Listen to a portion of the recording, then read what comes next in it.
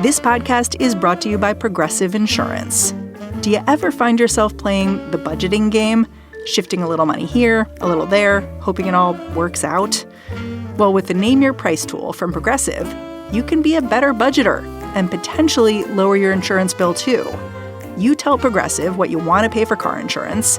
They'll help you find options within your budget. Try it today at Progressive.com. Progressive Casualty Insurance Company and Affiliates.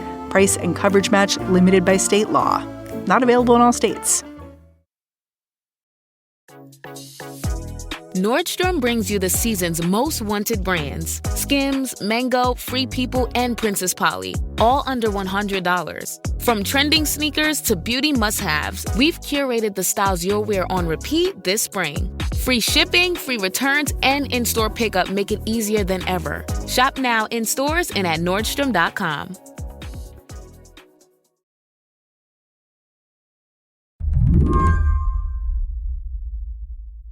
I'm going to tick off a few stories that have come out over the last week. Stories about how the federal government is processing immigrants in this country and their families. Let's start with this. Over the weekend, the president's border czar confirmed that the U.S. had deported U.S. citizens. Children, along with their moms, who are undocumented. One kid was undergoing treatment for cancer. Now they're going to have to figure that out in Honduras. Then, in Oklahoma, a local news organization reported that federal agents broke down the door of a U.S. citizen family. They were looking for the people who used to live in their home, reportedly. The agents confiscated the family's phones and computers for good measure. And on Monday, the White House was dotted with lawn signs identifying people who've been ejected from the country, allegedly for criminal activity.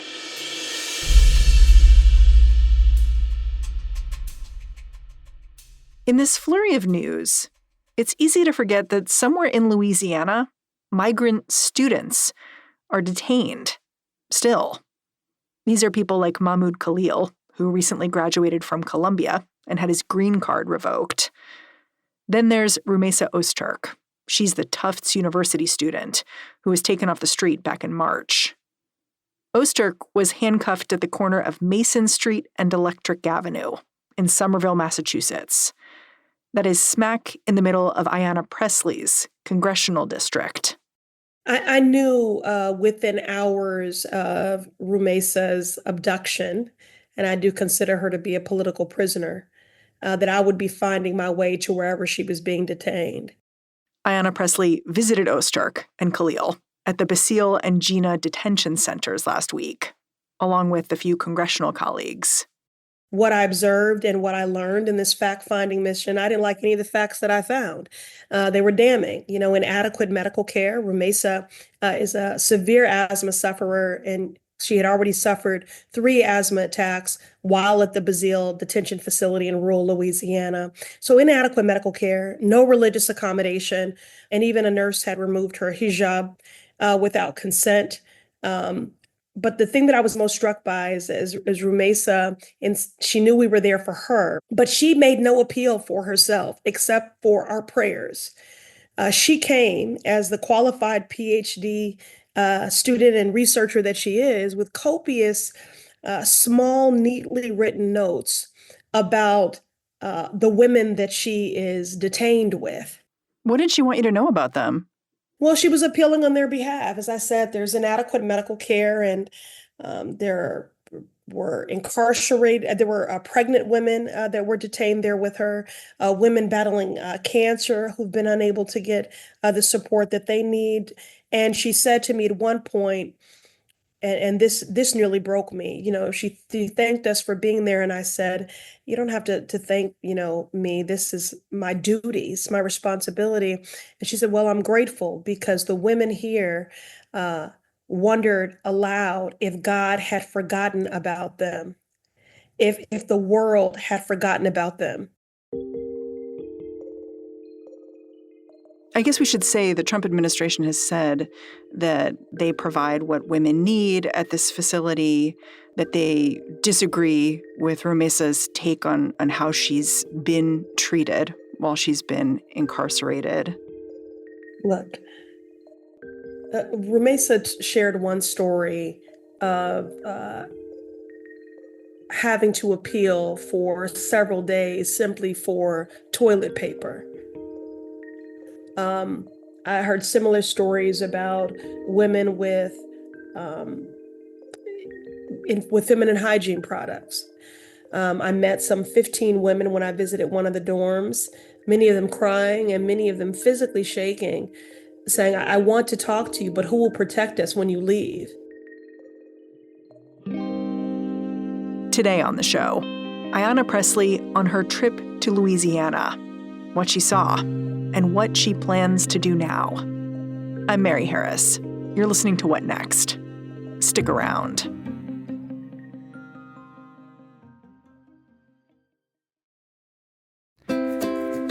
This episode is brought to you by Quince. Vacation season is nearly upon us. This year, it is time to treat yourself to the upgrades you deserve with Quince's high-quality travel essentials at fair prices. This spring, I am headed to Texas, where it's going to be way hotter than it is here in New York. Obviously, I needed some fresh clothes that would fit in a very tiny suitcase. Quince delivered. They sent me a wrap dress that has been following me all over the internet for the last year or so. It arrived super fast, it fit like a glove, and it's soon going to be getting some Rio Grande sunshine. You know what, though? If I'd needed a suitcase, Quince could have sent me that too. They have carry-on bags for adults, backpacks for kids, all at affordable prices for you. 50 to 80% less than similar brands. So head to Quince, where you can buy a new outfit for summer and a bag to pack it in when you head off to enjoy.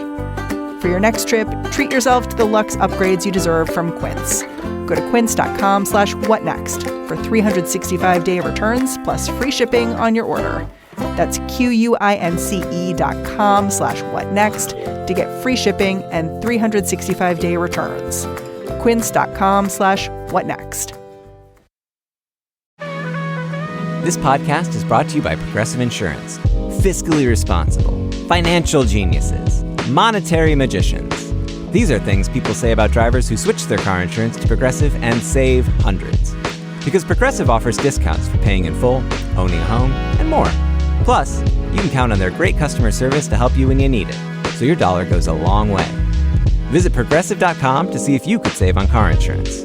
Progressive Casualty Insurance Company and Affiliates. Potential savings will vary. Not available in all states and situations.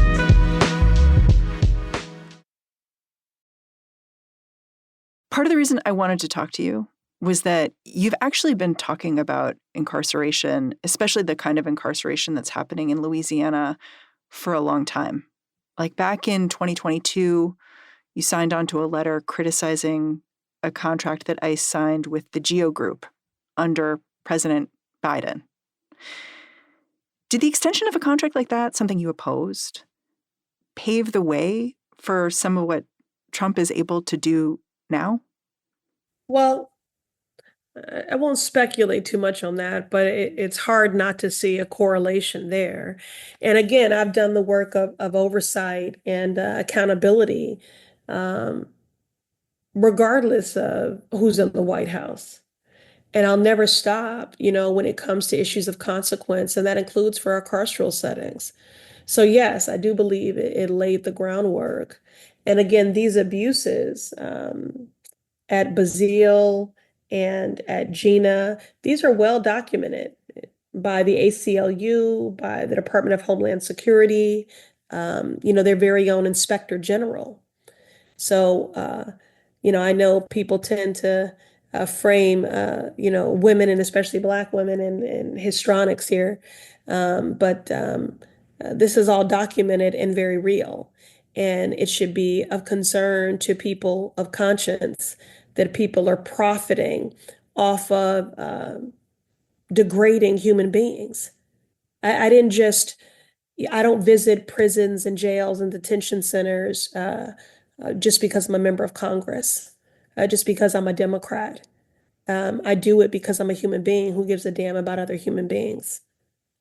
You've been speaking about Rümeysa Öztürk for a long time, and back in March, you wrote a letter demanding her release, absent more evidence, and requesting more information about how students are being detained more generally. But your letter wasn't signed by the entire Democratic delegation. Like, I noticed congressional leadership, Hakeem Jeffries, Chuck Schumer, they didn't sign on to that letter. Do you know why? I'm not aware of that, but I know that there have been multiple letters and efforts.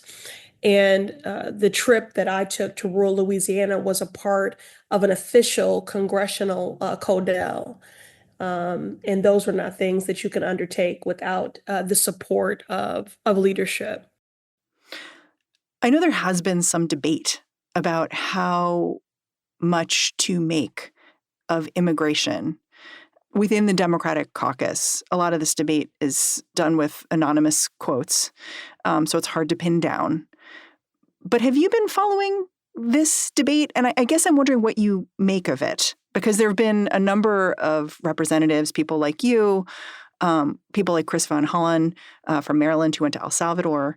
And, some have said, well, we don't know enough about these cases. What would you say? Well, let's be clear. The actions of this hostile administration have nothing to do with immigration, and they have nothing to do with law and order.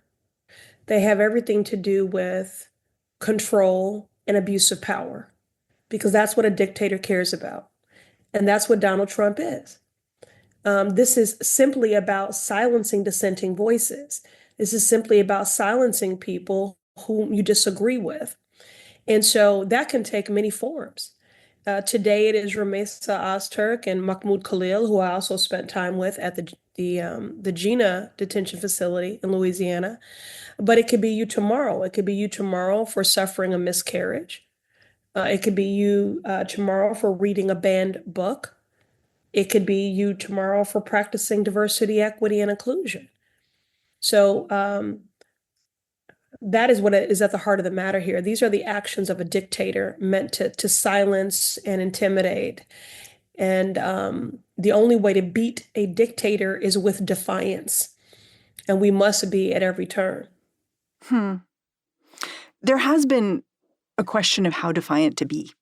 Like, progressive members of the Democratic Party have started to speak openly about challenging Democrats in Congress that they don't think are doing enough to oppose Trump.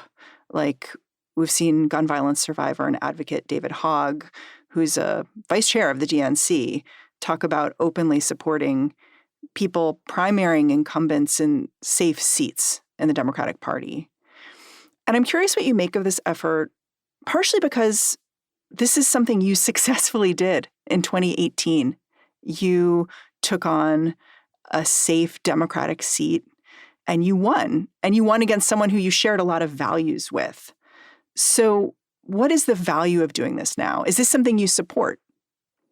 Well, I ran in and was elected in a primary, so I don't think that I could ever say I don't support primaries. What I will say is that strategically, I think what is most important are three things. One, we have to match the energy of the other side.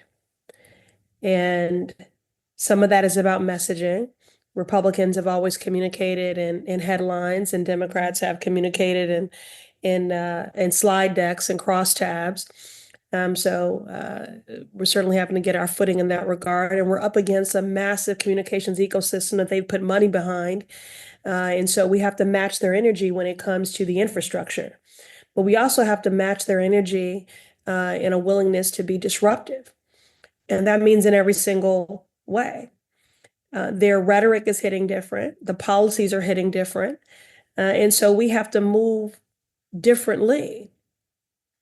Democrats have, I think, culturally often proven that they are afraid of power, operate with scared power. I loathe and worry deeply for this country, not for the next 4 years, but for what's being shaped and determined for the next 100 because of the actions of this administration. But it's very clear what Donald Trump wants. He wants the power. He wants to amass the power. He wants to wield the power. He wants to abuse the power, but he does want to use it. And so when we have the power, we can't cede it. And when we have the power, we have to use it because scared power isn't power at all. We've had the trifecta. We've had the House. We've had the Senate. We've had the White House. And there are still things we did not deliver on. And so I can't go back to communities and people that are hurting, who deserve for their life circumstance to improve. And to feel the impact of our policy. That's how Democrats win. Not when people read a press release about something we've done, but that they know what we've done because they feel the impact, like a permanent child tax credit, like universal child care, like paid leave, like reparations, like Medicare for all. If there's any debate happening within the caucus, I think there are some that feel we should be moderating our aspirations, and I disagree. I think it's proven that what people want is for us to advance policies that go as deep and as far as the hurt is that they're experiencing. I've noticed you doing this, like trying to move the narrative. Like there was video of you that got out there from an oversight hearing where it was a hearing about sanctuary cities, and you were very clear, and you were talking about, how Republicans, in your opinion, got the facts wrong here about sanctuary cities and safety and who really commits crimes in this country. And it was a really testy exchange. Let me proceed. Data from Texas shows that U.S.-born Americans commit more rape and murder than immigrants. Listen, this trend of you all trying to get thrown out of committee so you can get on MSNBC is going to end. We're not going to put up with it. This is my procedural right as a member of this committee. You can go.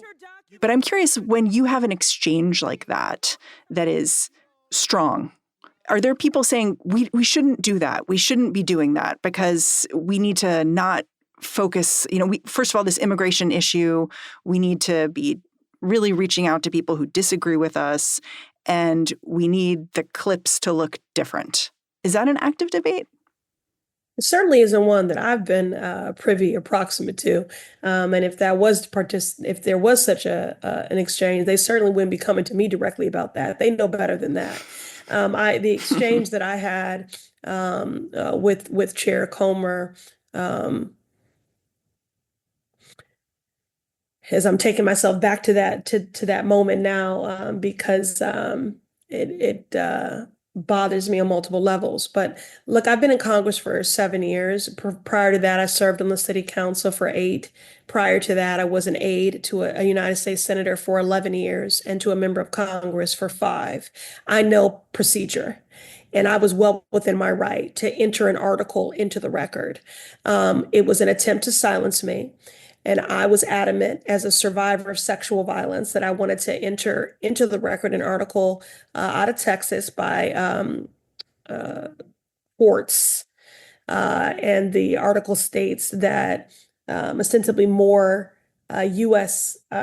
Citizens commit sexual assault than non-U.S. citizens. And they just didn't want me to enter that into the record. I was well within my right. I was honoring all protocols and procedures. It does not dissuade or deter me in any way. I'm a Black woman in America. So attempts to marginalize, malign, to delegitimize Black pain, are not new. I don't stop experiencing these things simply because I have a comma and have earned a title after my name. One of your colleagues just this week filed articles of impeachment against Donald Trump. I'm curious where you stand on that, whether you think now is the time. First, just to contextualize here, we have someone who has been twice impeached by the House. The Senate did not do their job, and that person went on to be reelected. I believe he's There's certainly grounds for impeachable offenses right now. He's defied a number of court orders. And again, that's been some of the challenge for us because we're trying to match the lawlessness of this administration with the rule of law. So I haven't read the specific articles, so I would need to do that. But I believe that everything is on the table, and was one of the first people to support the first impeachment of Donald J. Trump during his first occupancy. So I don't have any reservations about that as an option or even an essential tool to stop the wholesale harm that we're experiencing from this hostile administration in the midst of a hostile government takeover. And as I said a moment ago, I don't believe that this is about how do we weather the next 4 years. I believe we're shaping the next 100. After the break, how Ayanna Pressley is thinking about Donald Trump's big, beautiful reconciliation bill, which could totally reshape what government's able to do.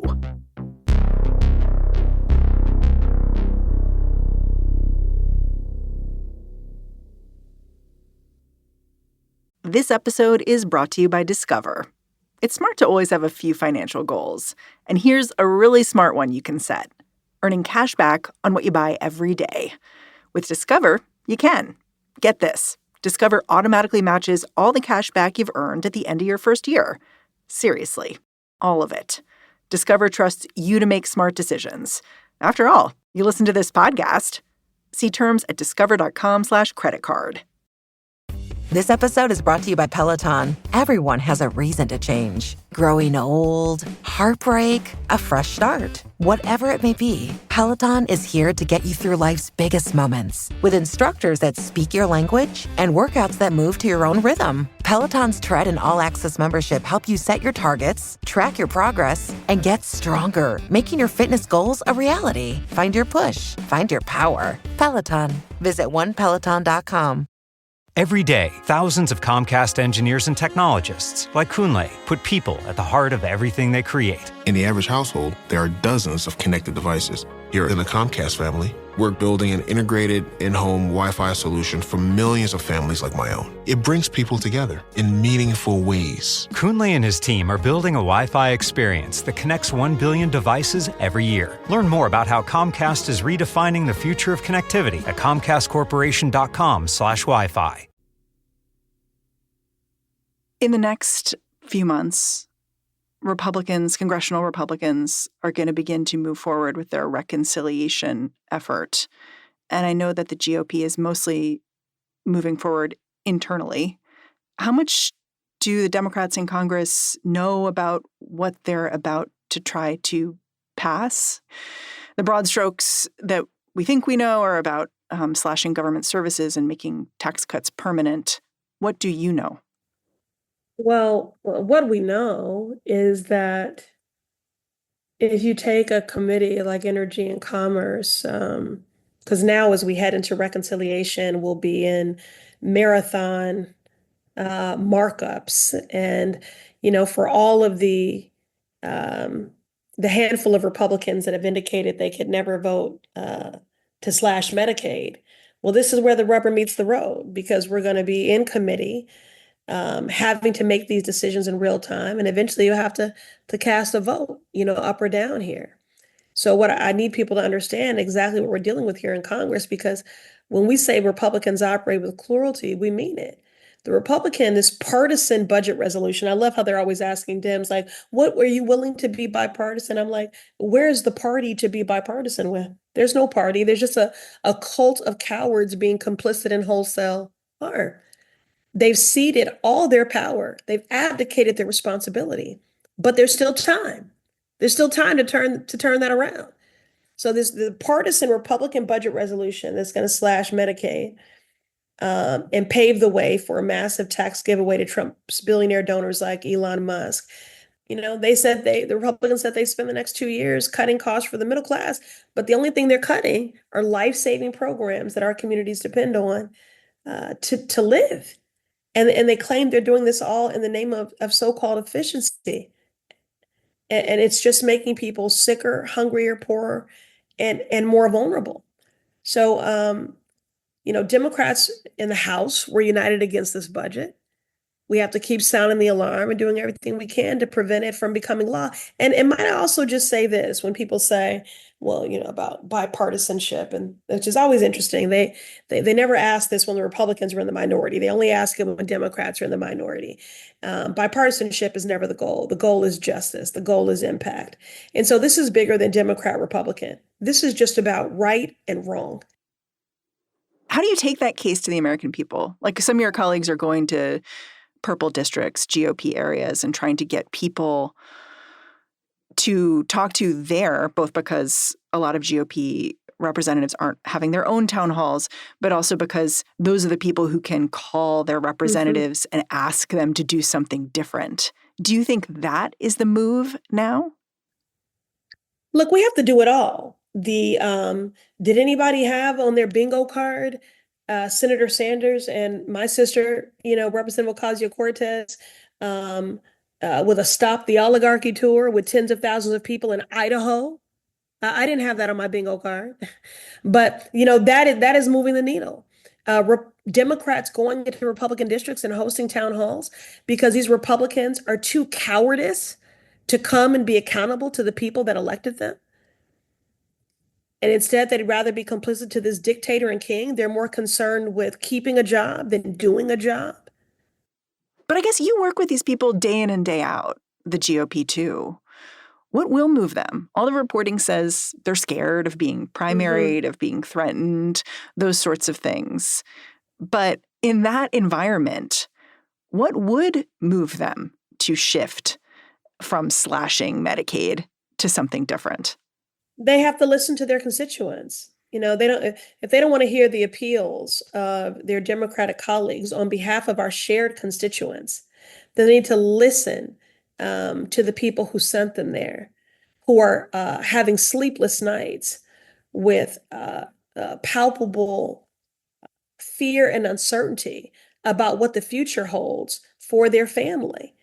People are being robbed of their dignity, these massive firings and layoffs. People are being robbed of their peace of mind. This is a coordinated and layered assault on every front. Dr. King told us that organizing is our most powerful weapon.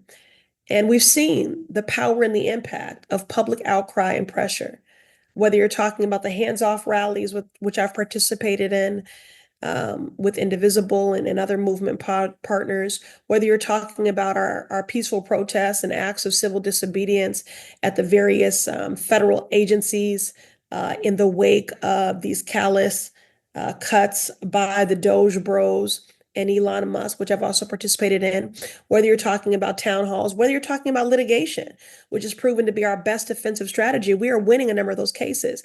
And I do believe that we have found our footing, and that people are realizing that we are being exhaustive, and we have to be. I mean, we don't deserve any cookies for that. The American people are exhausted, so we have to be, as Democrats, exhaustive.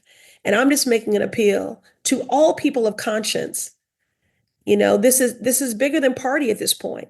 And when it comes to the House, the mechanics of this majority minority here, the Republicans only have a 2-person majority. It's a technical majority. So we're just appealing to 3-4 Republicans of conscience, and we can stop a lot of this harm. We can stave off a lot of this harm. So that really is the question in this moment. Will they hear the cries from their constituents? Congresswoman Pressley, I'm really grateful for your time. Thanks for coming on the show. Thank you, Mary. Congresswoman Ayanna Pressley represents Massachusetts' 7th Congressional District. And that's our show. What Next is produced by Paige Osburn, Elena Schwartz, Rob Gunther, Anna Phillips, Ethan Oberman, Isabel Angel, and Madeline Ducharme. Ben Richmond is the Senior Director of Podcast Operations here at Slate. And I'm Mary Harris. Go track me down on Blue Sky. Say, hey, I'm at Mary Harris.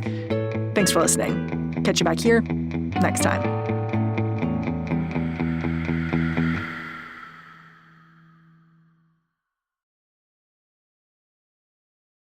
6 months from now, you could be running a 5K, booking that dream trip, or seeing thicker, fuller hair every time you look in the mirror. Through Hers, you can get dermatologist-trusted, clinically proven prescriptions with ingredients that go beyond what over-the-counter products offer.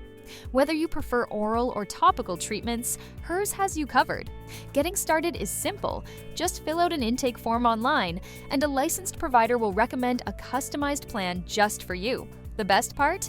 Everything is 100% online. If prescribed, your treatment ships right to your door. No pharmacy trips, no waiting rooms, and no insurance headaches. Plus, treatments start at just $35 a month. Start your initial free online visit today at forhers.com/talk. That's forhers.com/talk. Compounded products are not FDA approved or verified for safety, effectiveness, or quality. Prescription required. Price varies based on product and subscription plan. See website for full details, restrictions, and important safety information.